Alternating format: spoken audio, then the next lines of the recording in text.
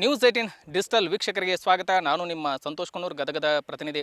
ರಾಜ್ಯ ರಾಜಕಾರಣದಲ್ಲಿ ಸಾಕಷ್ಟು ಈಗ ಬೆಳವಣಿಗೆಗಳು ಕೂಡ ನಡೀತಾ ಇದ್ದಾವೆ. ಅದರಲ್ಲೂ ಸಿ ಎಂ ಕುರ್ಚಿಗೆ ಆಗಿ ಸಾಕಷ್ಟು ಈಗಾಗಲೇ ಪೈಪೋಟಿ ಕೂಡ ನಡೆದಿರುವಂಥದ್ದು. ಡಿ ಕೆ ಶಿವಕುಮಾರ್ ತಾನು ಸಿ ಎಂ ಆಗಬೇಕಂತೇಳಿ ಸಾಕಷ್ಟು ಚರ್ಚೆ ಕೂಡ ಆಗ್ತಾ ಇದೆ. ಇನ್ನೊಂದು ಕಡೆ ಸಿದ್ದರಾಮಯ್ಯನವರು ಕೂಡ ನಾನು 5 ವರ್ಷ ಸಿ ಎಂ ಆಗಿ ಇದ್ದೇ ಇರ್ತೀನಿ ಅನ್ನುವಂಥ ಮಾತುಗಳು ಒಂದು ಕಡೆ ಕೇಳ್ತಾ ಇದ್ದಾರೆ. ಇನ್ನು ಸಚಿವ ಸಂಪುಟ ವಿಸ್ತರಣೆ ಬಗ್ಗೆ ಸಾಕಷ್ಟು ಚರ್ಚೆಗಳು ಕೂಡ ಆಗ್ತಾ ಇದ್ದಾವೆ. ಹೀಗಾಗಿ ಸಚಿವ ಸ್ಥಾನಕ್ಕೆ ಆಕಾಂಕ್ಷಿಗಳಾಗಿರ್ತಕ್ಕಂಥ ಇನ್ನು ಆಕಾಂಕ್ಷಿಗಳು ಕೂಡ ಸಾಕಷ್ಟು ಅವರು ಈಗಾಗಲೇ ಡಿ ಕೆ ಶಿವಕುಮಾರ್ ಅವರ ಬಳಿ ಹೋಗಿರ್ಬೋದು, ಜೊತೆಗೆ ಸಿ ಎಂ ಸಿದ್ದರಾಮಯ್ಯ ಬಳಿಗೆ ಹೋಗಿ ಭೇಟಿಯಾಗಿ ಮಾತುಕತೆಗಳು ಕೂಡ ನಡೀತಾ ಇದೆ. ಅದರಲ್ಲೂ ಇನ್ನು ಗದಗ ಜಿಲ್ಲೆಗೆ ಬಂದರೆ, ಗದಗ ಜಿಲ್ಲೆಯ ರೋಣ ಮತಕ್ಷೇತ್ರದ ವ್ಯಾಪ್ತಿಗೆ ಬಂದರೆ ಇಲ್ಲಿ ಇರ್ತಕ್ಕಂಥ ಏನು ಶಾಸಕ GS ಪಾಟೀಲರು ಕೂಡ 4 ಬಾರಿ ಶಾಸಕರಾಗಿ ಆಯ್ಕೆ ಆಗಿದ್ದಾರೆ. ಆದರೆ ಅವರಿಗೆ ಯಾವುದೇ ರೀತಿ ಸಚಿವ ಸ್ಥಾನ ಈಗ ಸಿಕ್ಕಿರೋದಿಲ್ಲ. ಹೀಗಾಗಿ ಇಲ್ಲಿಯ ಏನು ಕಾರ್ಯಕರ್ತರಾಗಿರ್ಬೋದು, ಅಭಿಮಾನಿ ಬಳಗ ಆಗಿರ್ಬೋದು, ಇನ್ನು ಮಹಿಳಾ ಕಾರ್ಯಕರ್ತರು ಕೂಡ ಇವತ್ತು ರಾಜೀನಾಮೆಗೆ ಮುಂದಾಗಿರುವಂಥ ಈಗ ನಡೆದಿರುವಂಥದ್ದು. ಯಾಕಂದರೆ ಗಜೇಂದ್ರಗಡ ಪಟ್ಟಣದಲ್ಲಿ ಇವತ್ತು ಹೋರಾಟ ಮಾಡುವ ಮೂಲಕ ಕಾಂಗ್ರೆಸ್ ಪಕ್ಷಕ್ಕೆ ಈಗಾಗಲೇ ಒತ್ತಾಯವನ್ನು ಕೂಡ ಮಾಡಿರುವಂಥದ್ದು.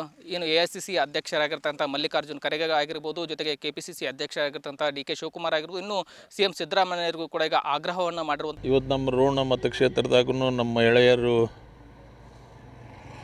ಭಾಳ ಹೆಚ್ಚಿನ ಪ್ರಮಾಣದಲ್ಲಿ ಸೇರಿಸಿ ನಮ್ಮ ಗಮನಕ್ಕೂ ತರಲ್ದ ಇವತ್ತು ಅವರು ಹಕ್ಕು ಒತ್ತಾಯವನ್ನು ಮಾಡ್ಯಾರ. ಅವರು ಹಂಗೆ ಬೇರೆ ಬೇರೆ ಕ್ಷೇತ್ರದಲ್ಲೂ ಕೂಡ ಭಾಳ ಸೀನಿಯರ್ಸ್ ಇದ್ದೇವೆ ನಾವು ಪಕ್ಷದಲ್ಲಿ. 5 ಸರಿ 4 ಸರಿ 6 ಸರಿ ಆದವ್ರಿಗೂ ಅವಕಾಶಗಳು ಸಿಕ್ಕಿಲ್ಲ.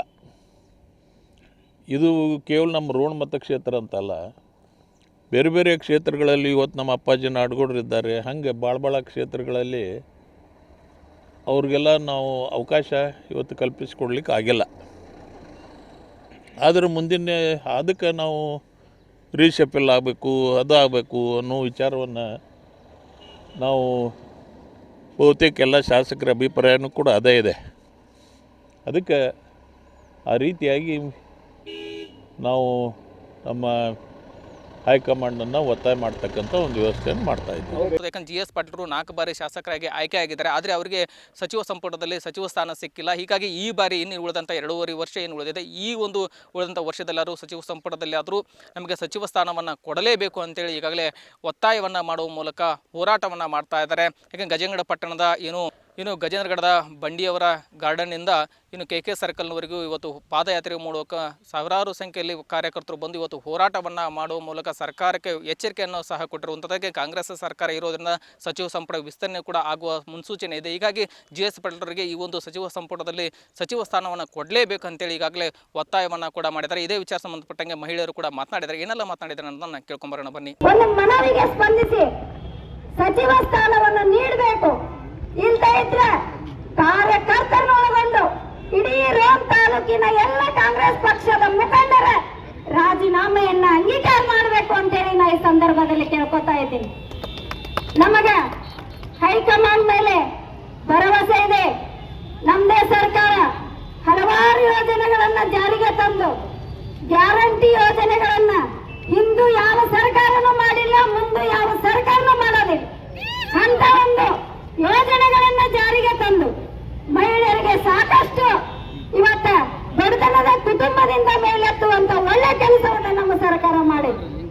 ಆದ್ರೂ ಕೂಡ ನಾವು ಇವತ್ತು ಬೀದಿಯಲ್ಲಿ ನಿಂತು ಕೇಳಬೇಕಾಗೈತೆ ಅಂದ್ರೆ ನಮ್ಮ ಶಾಸಕರಿಗೆ, ನಮ್ಮ ಸಚಿವರಿಗೆ, ನಮ್ಮ ಸಾಹೇಬರಿಗೆ ಅನ್ಯಾಯ ಆಗಕತ್ತೈತೆ ಅಂತ ನಾವು ಬೀದಿಗಿಳಿದ್ವಿ.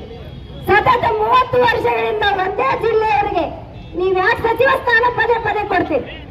ಅವ್ರ ಜೊತೆ ನಮ್ಮ ಸಾಹೇಬರಿಗೂ ನೀವು ಸಚಿವ ಸ್ಥಾನವನ್ನ ಕೊಡ್ಲೇಬೇಕಂತೇಳಿ ನಾವು ರೋಣ ತಾಲೂಕಿನ ಎಲ್ಲ ಮಹಿಳೆಯರು ನಾವು ಒತ್ತಾಯವನ್ನ ಮಾಡ್ತಾ ಇದ್ದೀವಿ. ದಯವಿಟ್ಟು ನಮ್ಮ ಮನವಿಗೆ ತಾವು ಸ್ಪಂದಿಸಲೇಬೇಕು. ಮಲ್ಲಿಕಾರ್ಜುನ್ ಖರ್ಗೆ ಸಾಹೇಬ್ರೆ, ಸಿದ್ದರಾಮಯ್ಯ ಸಾಹೇಬ್ರೆ, DK ಶಿವಕುಮಾರ್ ಸಾಹೇಬ್ರೆ, ತಮ್ಮಲ್ಲಿ ಕಳಕಳಿ ವಿನಂತಿ ನಮ್ದನ್ನು ನೀವು ಸ್ವೀಕಾರ ಮಾಡಲೇಬೇಕು. ಇಲ್ಲದಿದ್ರೆ ನಮ್ಮ ಇಡೀ ರೋಣ ತಾಲೂಕಿನ ನಾವೆಲ್ಲರೂ ಇವತ್ತು ಸಹಿ ಮಾಡುವುದರ ಮುಖಾಂತರ ತಮ್ಮ ಮನವಿಯನ್ನ ಕಳಿಸಿದ್ದೇವೆ. ವೀಕ್ಷಕರು ಹೇಳಿದ್ರ ಮಹಿಳಾ ಘಟಕದ ಸದಸ್ಯರ ಮಾತನ್ನ, ಪದಾಧಿಕಾರಿಗಳ ಮಾತನ್ನ. ಯಾಕಂದ್ರೆ GS ಪಾಟೀಲರು 4 ಬಾರಿ ರೋಣ ಮತಕ್ಷೇತ್ರದಿಂದ ಆಯ್ಕೆಯಾಗಿ ಈಗಾಗಲೇ ಸಾಕಷ್ಟು ಅಭಿವೃದ್ಧಿ ಕೆಲಸಗಳನ್ನ ಕೂಡ ಈ ರೋಣ ಮತಕ್ಷೇತ್ರದಲ್ಲಿ ಮಾಡಿದ್ದಾರೆ. ಇನ್ನು ಸಚಿವರಾದರೆ ಸಾಕು, ಜಿಲ್ಲಾ ಕೇಂದ್ರಗಳಲ್ಲಿ ಕೂಡ ಸಾಕಷ್ಟು ಅಭಿವೃದ್ಧಿ ಮಾಡಬಹುದು. ಹೀಗಾಗಿ ನಮಗೆ ಈ ಬಾರಿ ಆದರೂ ನಮಗೆ ಅವಕಾಶ ಮಾಡಿಕೊಡಿ ಅಂತೇಳಿ ಸಾಕಷ್ಟು ಈಗಾಗಲೇ ಕೇಳ್ಕೊಳ್ತಾ ಇದ್ದಾರೆ. ಇನ್ನು ಈ ಒಂದು ಈ ಕಾಂಗ್ರೆಸ್ ಪಕ್ಷ ಏನಾದರೂ ನಿರ್ಲಕ್ಷ್ಯ ಮಾಡಿದ್ದೆ ಕರೆ ಆದರೆ ಸಾವಿರಾರು ಸಂಖ್ಯೆಯಲ್ಲಿ ನಾವು ಒಂದು ಏನು ರೋಣ ಮತಕ್ಷೇತ್ರದ ವ್ಯಾಪ್ತಿಗೆ ಬರ್ತಕ್ಕಂಥ ರೋಣ ಆಗಿರ್ಬೋದು, ನೆರೆಗಲ್ ಆಗಿರ್ಬೋದು ಮತ್ತು ಗಜಂಗಡ ಭಾಗದ ಘಟಕಗಳ ಏನು ಪದಾಧಿಕಾರಿಗಳೇನಿದ್ದೇವೆ ಇವರೆಲ್ಲರೂ ಕೂಡ ನಾವು ರಾಜೀನಾಮೆ ಕೊಡ್ತೇವೆ ಅನ್ನುವಂಥ ಎಚ್ಚರಿಕೆಯನ್ನು ಕೂಡ ಈಗಾಗಲೇ ಕೊಟ್ಟಿರುವಂಥದ್ದು. ಈಗಾಗಲೇ ಮಹಿಳಾ ಘಟಕದಿಂದ 100ಕ್ಕೂ ಹೆಚ್ಚು ಮಹಿಳಾ ಘಟಕದ ಸದಸ್ಯರು ಈಗಾಗಲೇ ಏನು ಕಾಂಗ್ರೆಸ್ನ KPCC ಕಚೇರಿಗೆ ಈಗಾಗಲೇ ಅರ್ಜಿಯನ್ನು ಸಹ ಈಗಾಗಲೇ ಕಳಿಸಿದ್ದಾರೆ. ನಾವು ರಾಜೀನಾಮೆ ಕೊಡುವಂಥ ಕೆಲಸಕ್ಕೆ ನಾವು ಮುಂದಾಗ್ತೀವಿ ಅಂತ ಈಗಾಗಲೇ ಎಚ್ಚರಿಕೆಯನ್ನು ಸಹ ಕೊಟ್ಟಿದ್ದಾರೆ. ಇನ್ನಾದರೂ ಕಾಂಗ್ರೆಸ್ ಪಕ್ಷ ಮುತುವರ್ಜಿ ವಹಿಸಿ ಇನ್ನು ಹಿರಿಯ ನಾಯಕರಾದಂಥ GS ಪಾಟೀಲ್ ಅವರಿಗೆ ಸಚಿವ ಸಂಪುಟದಲ್ಲಿ ಸಚಿವ ಸ್ಥಾನವನ್ನು ಕೊಡ್ತಾರಾ ಅನ್ನೋದನ್ನು ಕಾದು ನೋಡಬೇಕಿದೆ. ಎಸ್ ವೀಕ್ಷಕರೇ, ಈ ವಿಡಿಯೋ ನಿಮಗೆ ಲೈಕ್ ಮಾಡಿ, ಕಮೆಂಟ್ಸ್ ಮಾಡಿ, ಶೇರ್ ಮಾಡಿ. ನಿರ್ಭೀತ, ನಿಷ್ಪಕ್ಷಪಾತ, ವಿಶ್ವಾಸಾರ್ಹ ಸುದ್ದಿಗಳಿಗೆ ಮತ್ತೊಂದು ಹೆಸರಾಗಿರೋ ನ್ಯೂಸ್ 18 ಕನ್ನಡ ಈಗ ಆಪ್ನಲ್ಲೂ ಲಭ್ಯ ಇದೆ. ದಯವಿಟ್ಟು ಇಲ್ಲಿರೋ QR ಕೋಡ್ ಅನ್ನು ಸ್ಕ್ಯಾನ್ ಮಾಡಿಕೊಂಡು ಆಪ್ ಡೌನ್ಲೋಡ್ ಮಾಡೋದಕ್ಕೆ ಮರಿಬೇಡಿ. ನಿಮ್ಮ ಬೆಂಬಲ ಹೀಗೆ ಸದಾ ನಮ್ಮೊಂದಿಗಿರಲಿ. ಧನ್ಯವಾದ.